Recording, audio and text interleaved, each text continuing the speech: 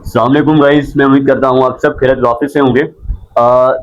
जैसे कि हम सबको पता है कि मतलब हम देखते हैं अपने सराउंडिंग में कि लोग जो हैं जो आज कोई दुकान चला रहा है तो वो पिछले 10 साल से चला रहा है, वो यहीं पे है 10 साल से। या कोई कहीं पे जॉब कर रहा है तो वो पिछले 5 साल से 10 साल से काम कर रहा है।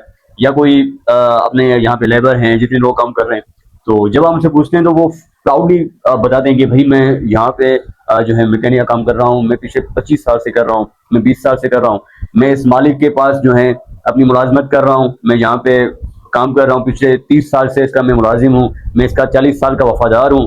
वो प्राउडली बताते रहते हैं, लेकिन वो ये शायद भूल जाते हैं कि उनकी ग्रोथ नहीं हुई, वो जहाँ पे थे वहीं पे थे। तो इसका मेन फैक्टर क्या है? तो आप जब ये बातें जो हैं इसके ऊपर सोचना शुरू कर देंगे, इसके ऊपर इवन आप इंटरव्यूज कंडक्ट करें, रिसर्च करें, तो आप इस नतीजे पे पहुंचेंगे कि उनका जो माइंड है उन्होंने कभी सोचा नहीं, उन्होंने कभी विश नहीं की, उन्होंने चाहा नहीं, तभी वो उस जगह पे हैं। तो उसकी जो सिंपल मैं आपको आज कुछ टिप्स बताऊंगा, कंप्लीटली मैं आपको पाथवे बताऊंगा, रास्ता बताऊंगा कि किस तरह आप बगैर रुके अपनी जो है ग्रोथ को कंटिन्यू रख सकते हैं। तो फर्स्ट ऑफ ऑल, और अब मैं ये जो बताने जा रहा हूँ ये मेरी या किसी आम आदमी की बात नहीं है, बल्कि ये आपने बुक पढ़ा होगा कि थिंक एंड ग्रो रिच। ये सुनते ही लोग हाँ हंसना शुरू हो जाते हैं कि हम सोचेंगे और अमीर बन जाएंगे, कैसे हो सकता है। लेकिन जिसने ये बुक लिखी है, Napoleon Hill, think and grow rich, ये नेपोलियन हिल ने बुक लिखी है। उसने ऐसे घर से निकल के ऐसे बुक नहीं लिखी, उसने गालबन वो बताते कि 100 या 25,000 डिफरेंट जो माइलस्टोन अचीव कर चुके हैं, बड़ी बड़ी कामयाबी हासिल कर चुके हैं, उनसे इंटरव्यूज कंडक्ट किया।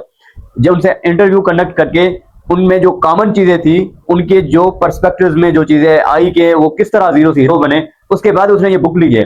तो हम इसको रिसर्च पेपर कह सकते हैं। तो हम वो मैं उस बुक में जो है मेंशन है कि किस तरह वो जो बातें मैं आज करूंगा।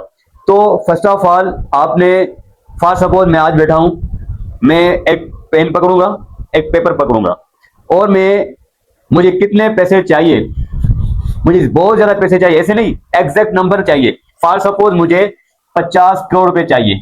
कितने रुपए चाहिए? 50 करोड़ रुपए, 50 करोड़ रुपीस, 50 करोड़ रुपए मुझे चाहिए, मैंने लिख लिया पेपर पे।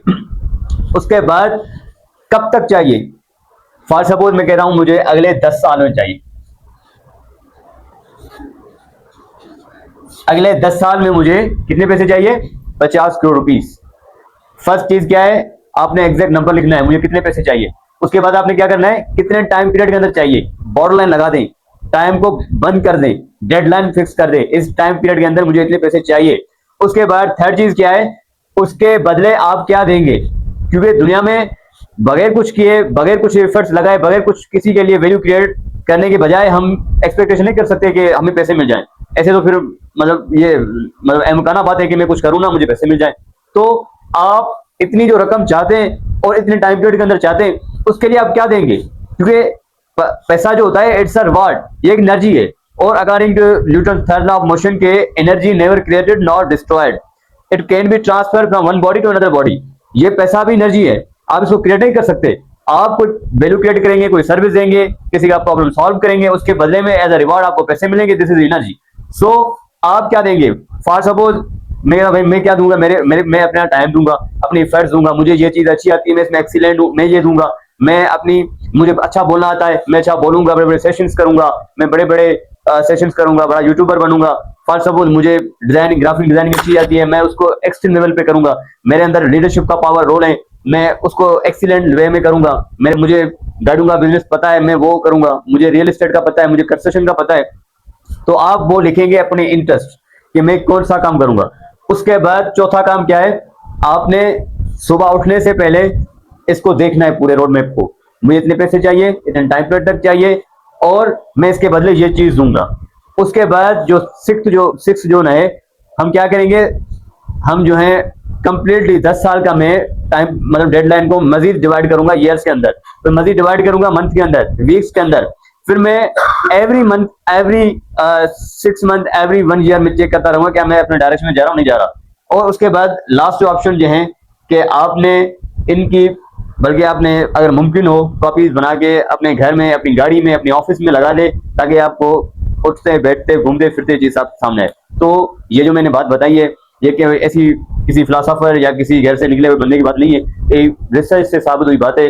अगर आप ये करते हैं तो डेफिनेटली आप जो है अपनी मंजिल मकसूद पहुंचाएंगे। शुक्रिया।